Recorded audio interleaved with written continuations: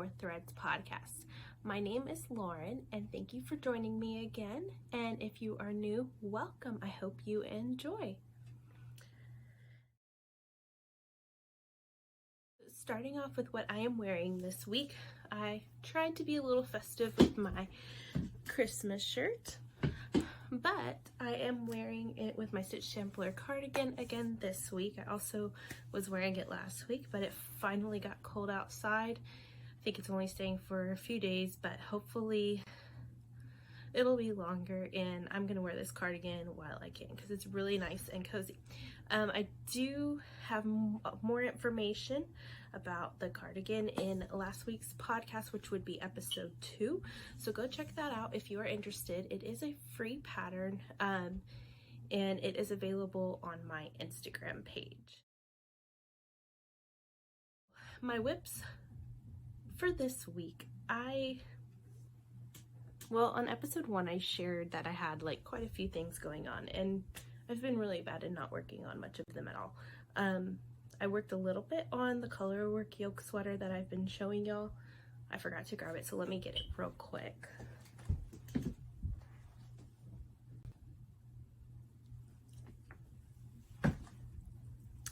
Alright.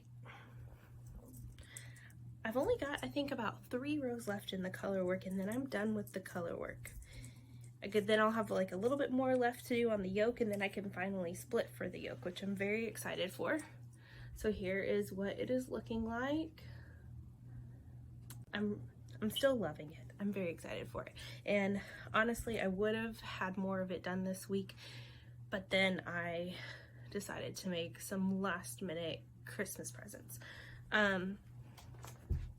Sorry, I dropped the yarn.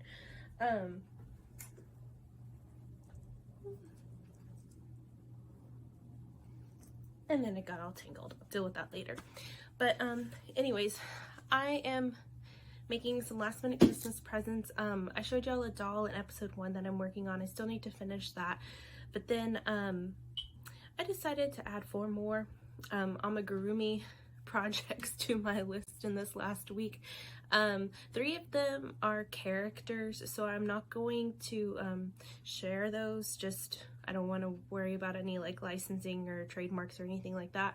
I'm kind of just winging it, looking at a picture and making it up as I go. But another one that I will be starting is a dinosaur, and I will share that one. And I will tell y'all about that a little later on at the end of this episode. As for finished objects this week, I don't have anything finished.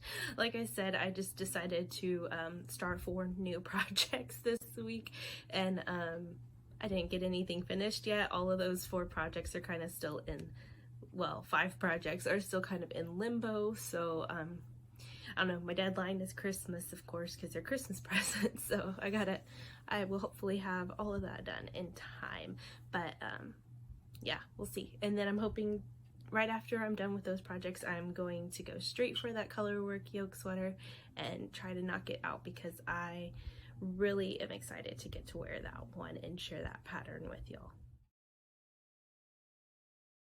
I do have 2 really good questions for y'all this week that I got asked, so I will put those up on the screen as I am reading them. My computer's right over here to the side, so that's why you see me kind of looking down so I can see my notes and the questions. The first question is, when using variegated yarn, how can you tell in advance how it will look, either by itself or especially making sure it will look good with other yarns you are using?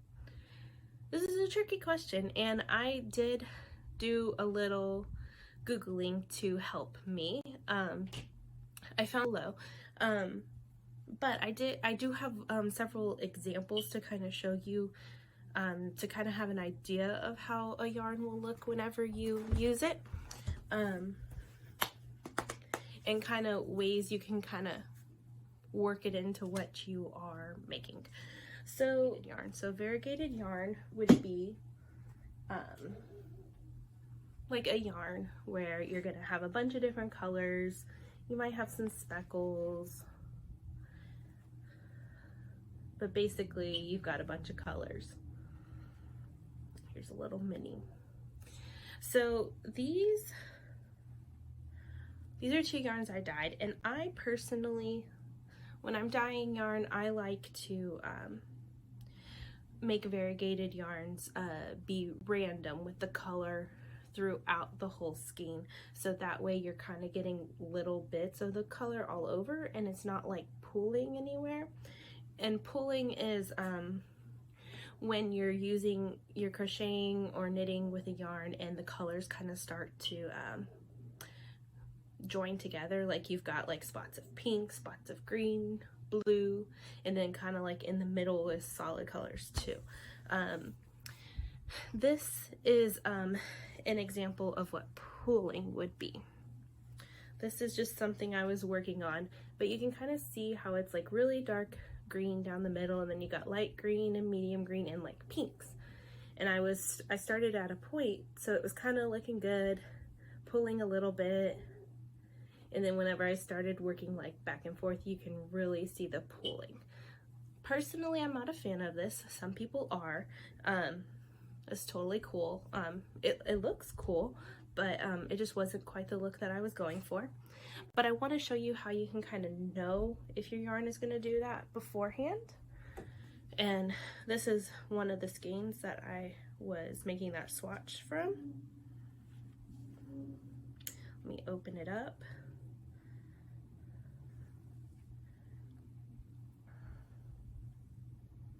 All right, so here is the skein opened up, and you can see the colors are separated. Like over here, let me see, how can I do this? Over here, you've got a chunk of the dark green, a chunk of medium green, a chunk of the pink, and then like chunks of green, dark green, pink, and then just like a hint of blue right here. But because each of these colors are so defined, I guess, that's gonna kind of tell you that you could run into that pooling issue. Again, like I said, pooling, it's not an issue, but not always what you're going for. Now, there are several patterns out there that have pooling and are made to work with pooling yarn, by pooling yarn. So you could definitely look into that if that's something that you like and are interested in.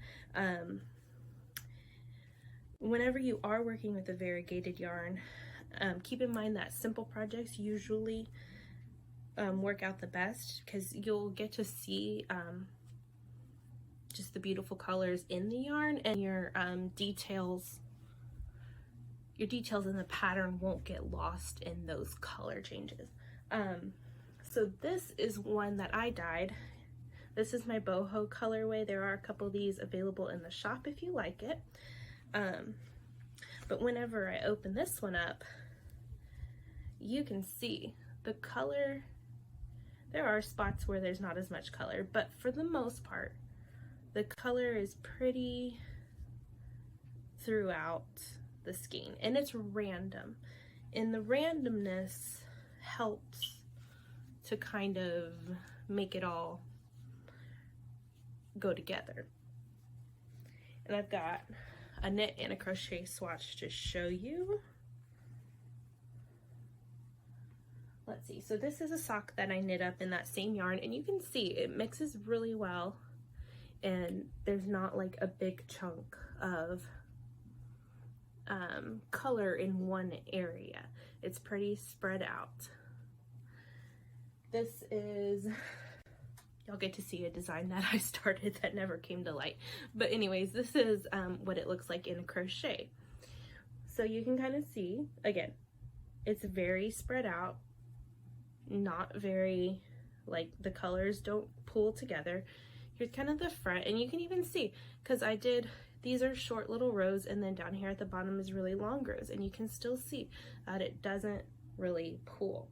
And that's what happens whenever you use the yarns where the colors are like speckled through, or not speckled, but throughout the entire skein.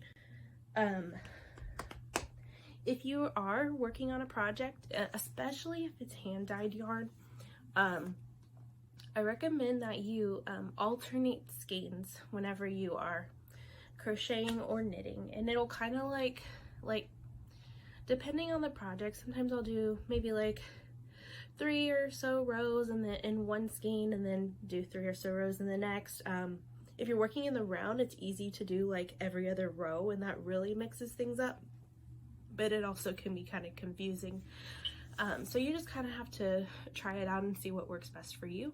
But alternating skeins will help kind of mix the colors together and help kind of combat the pooling and like chunks of color, and it will make everything just kind of like blend together. This one that I dyed, that is in a cake, and you can tell from looking at this cake that the color is everywhere. It's not just in like one spot. So that way you'll know the color will be pretty dispersed throughout your project. Here is a crochet swatch right here. Again, no color pooling. It's variegated, it's very obvious there's different colors, but no pooling. And then with knitting, no color pooling here either.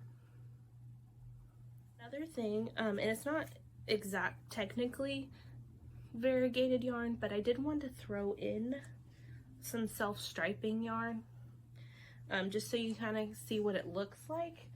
And I've got 2 of those to show you. These are both from box stores. One is I got at Hobby Lobby, and the other one I ordered online. I believe it was at lovecrafts.com. It's been a while, so I don't really remember. But we have a paint box yarn. This is the colorway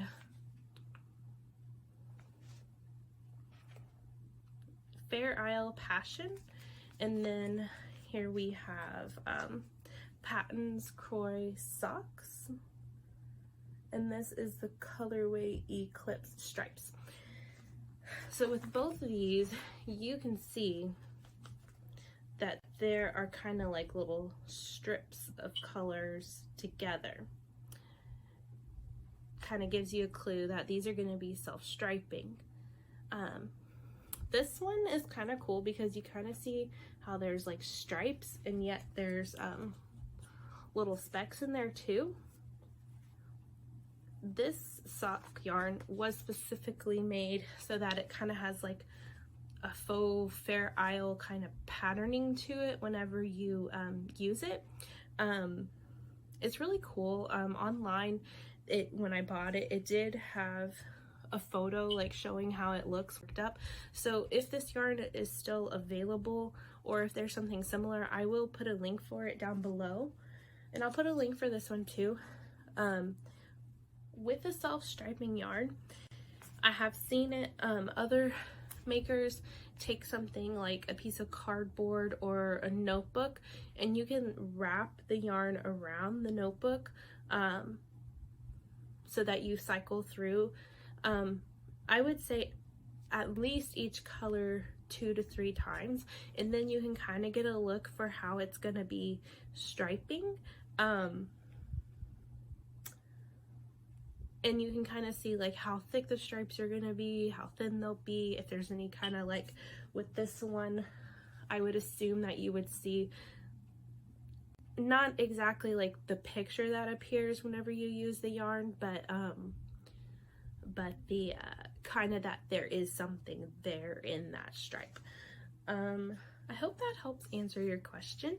And like I said, I'll link the two blog posts that I used to kind of help me in the description below, and hopefully they will help you as well.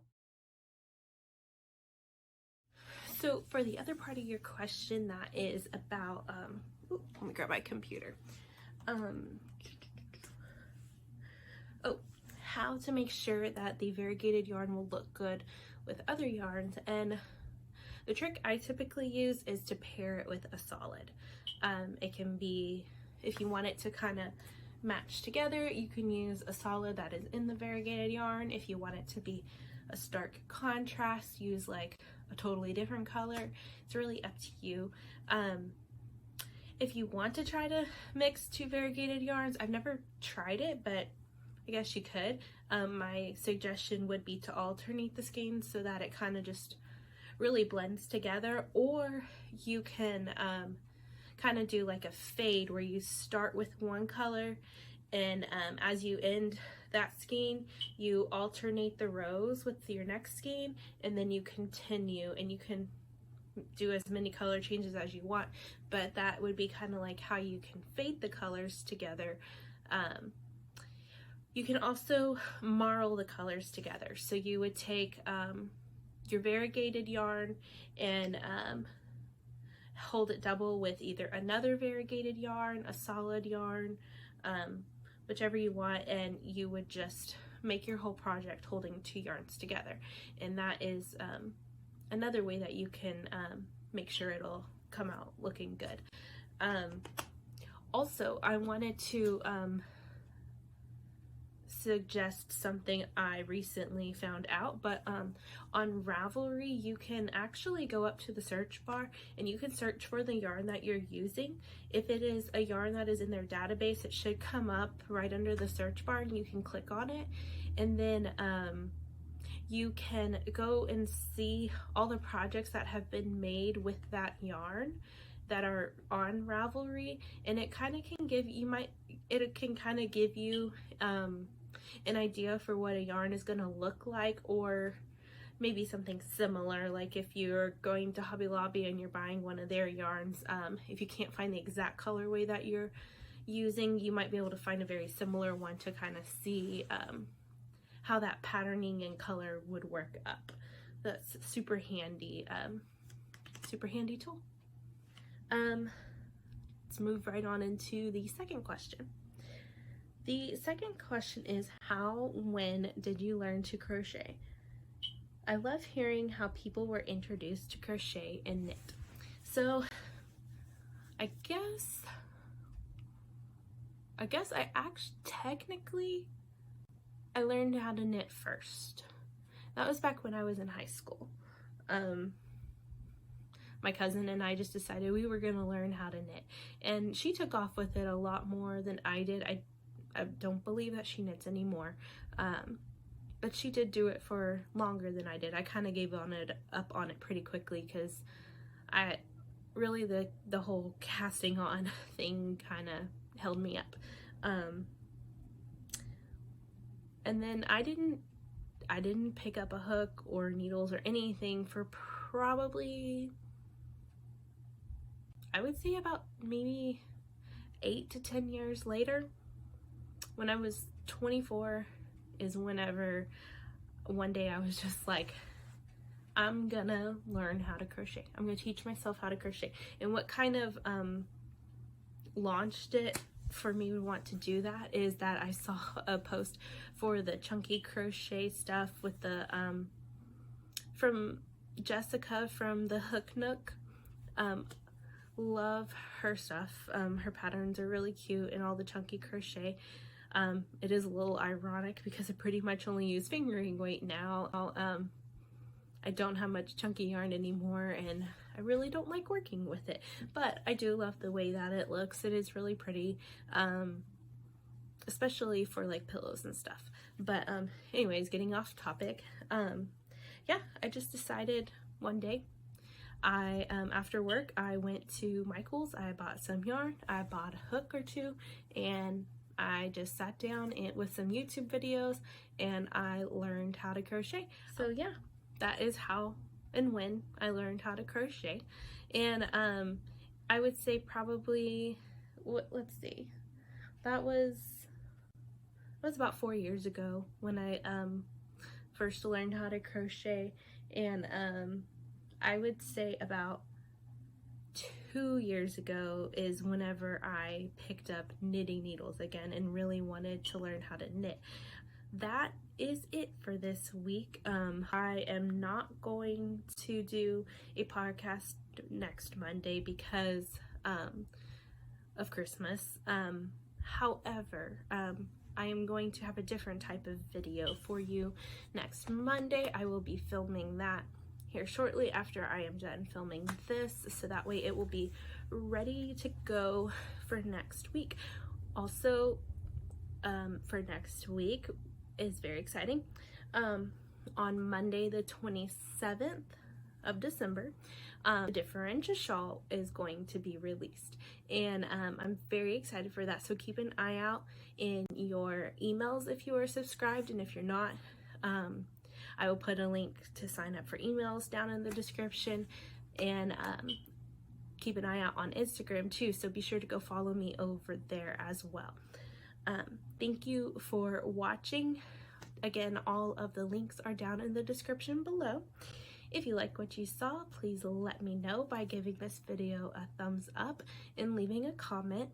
If you have a question that you would like to ask me to be answered on not next week's, but I guess it would be the first podcast of next year. If you have a question for that one, just leave it in the comment box below, or you can head on over to my Instagram and you can check out my stories. There will be a question box there that you can submit a question. Be sure to hit that subscribe button so that you will be notified whenever I upload new videos. I hope you have a great week, a great Christmas, and I hope that I get to see you again very soon next week. And yeah, bye. Have a great day.